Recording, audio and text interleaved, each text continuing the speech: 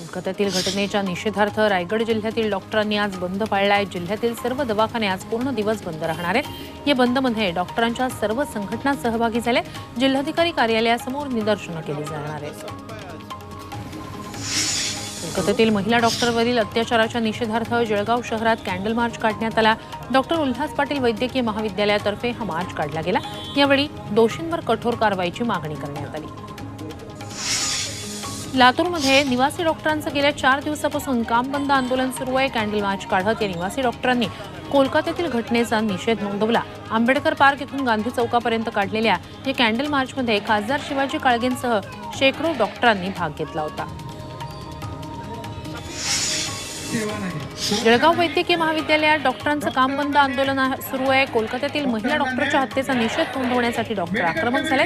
डॉक्टरांच्या आंदोलनामुळे रुग्णसेवेला फटका बसण्याची शक्यता आहे। आज अकोला शहरातही डॉक्टरांनी 1 दिवसाचा बंद पुकारलेला। यावेळी शहरातील सर्व दवाखाने बंद ठेवण्यात आले। डॉक्टरांच्या संघटनेतर्फे मूक मोर्चा काढण्यात आला। दवाखाने बंद असले तरी अत्यावश्यक सेवा सुरूच राहणार आहे। नाशिकमधील दगडफेक प्रकरणी एकूण 6 गुन्हे दाखल करण्यात आले आहेत। यात 15 जणांना अटक करण्यात आली आहे। या दगडफेकीत एकूण 9 जण जखमी झाले। त्यातील एकाची प्रकृती गंभीर आहे। नाशिकमधील दगडफेकीवरून विजय वडेट्टीवार यांनी सरकारवर तोफ डागली आहे। नाशिकमधील दगडफेक सरकार पुरस्कृत आहे असा गंभीर आरोप विजय वडेट्टीवार यांनी केलाय। आशिष शेलार राजकारणी आहेत की गुंड असा सवालही वडेट्टीवारांनी विचारलाय। भांडूपमध्ये हिंदुत्ववादी संघटनांकडून भांडूप बंदचं आवाहन करण्यात आलं। आज सकाळपासूनच भांडूपमध्ये सर्व व्यवहार बंद आहेत। हिंदुत्ववादी संघटनांकडून दुकानं बंद करून आंदोलनात सहभागी होण्याचं आवाहन करण्यात येत आहे।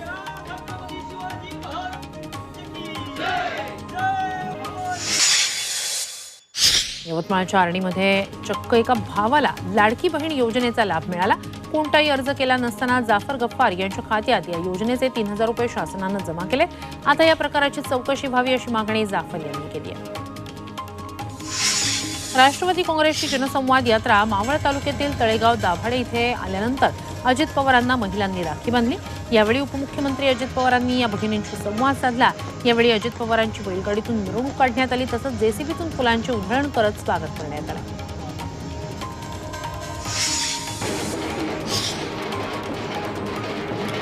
यवतमाळच्या आर्णी तहसील कार्यालयावर जितेंद्र मोघे यांच्या नेतृत्वात महाविकास आघाडीचा जनाक्रोश मोर्चा धडकला।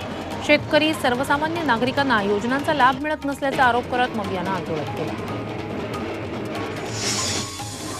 संविधान जागर यात्रा आज पंढरपुरात दाखल झाली आहे। लोकांमध्ये संविधानाविषयी जनजागृती व्हावी यासाठी संविधान जागर समितीच्या वतीनं ही यात्रा काढण्यात आली।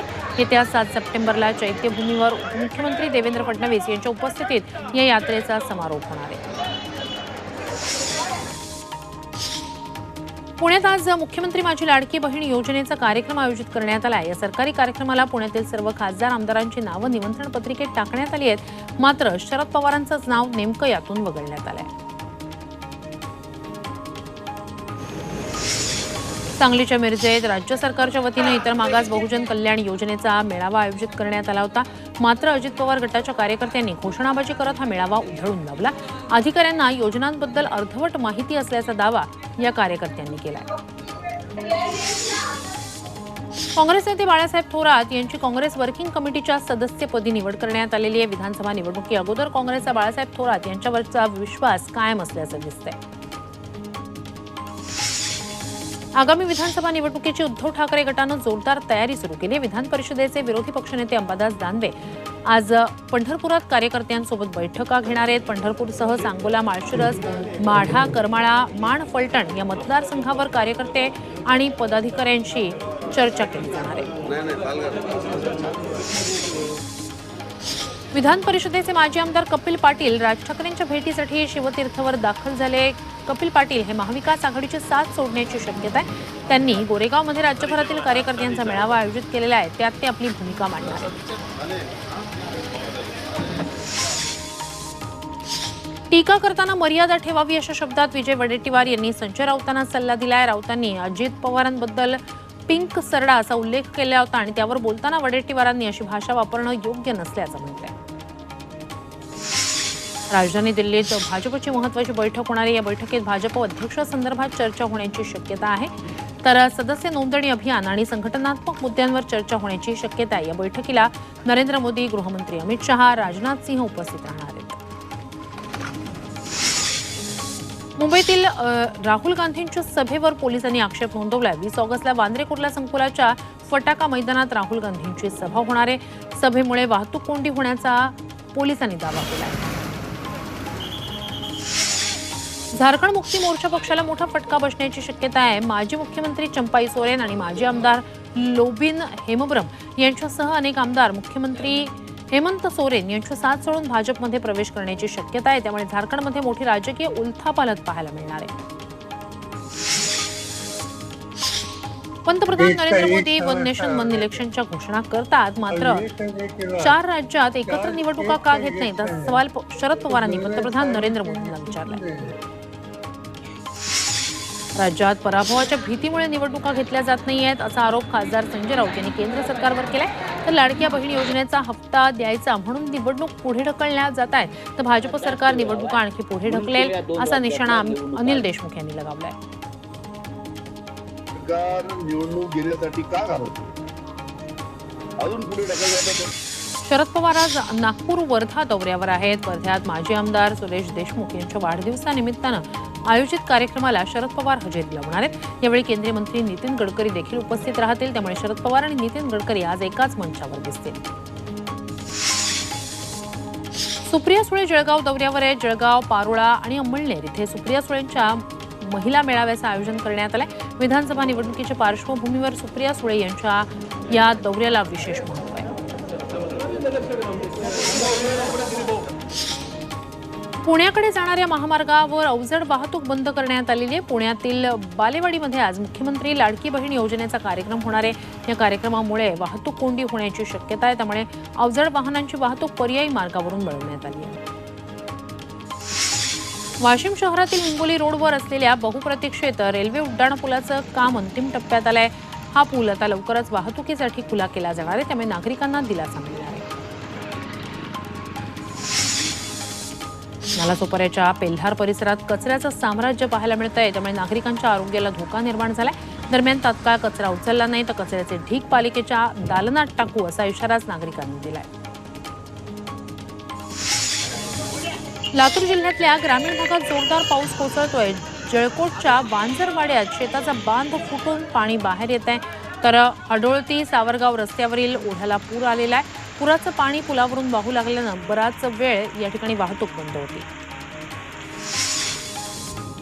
मावळमध्ये पाऊस चांगला झाल्यानं भात पीक जोमात आहे। शेतकरी सध्या शेतात भात पिकातील तण काढण्याच्या कामात व्यस्त आहेत। शेतात महिला शेतकरी काम करताना गावोगावी दिसून येत आहेत।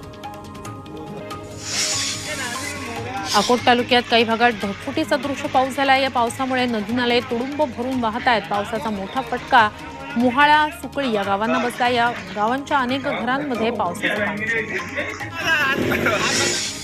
चंद्रपूर जिल्ह्यात मुसळधार पाऊस पडतोय, त्यामुळे शेतातील उभ्या धान पिकांना मोठा लाभ होणार आहे।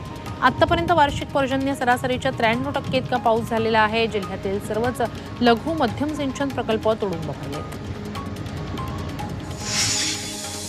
लोणावळा शहरात दुधीवरी खिंडीत रात्रीचा बिबट्याचा वावर आढळून आलाय। काही स्थानिक नागरिकांना बिबट्याचं दर्शन घडलंय। लोहगड किल्ला ते पवना धरणाकडे जाणाऱ्या मार्गावर या बिबट्याचं दर्शन होत असल्यानं नागरिकांमध्ये भीतीचं वातावरण आहे। वाशिमच्या वनोजा इथे जनावरांसाठी साठवून ठेवलेल्या एका कडबाच्या गंजीत 8 फूट लांब अजगर घुसला। याची माहिती मिळताच सर्पमित्रांनी 8 फुटी अजगराला पकडून सुरक्षित जंगलात सोडून दिलं। वनोजा परिसरात गेल्या 3 दिवसात 4 मोठे अजगर आढळल्यानं ग्रामस्थांमध्ये भीतीचं वातावरण आहे।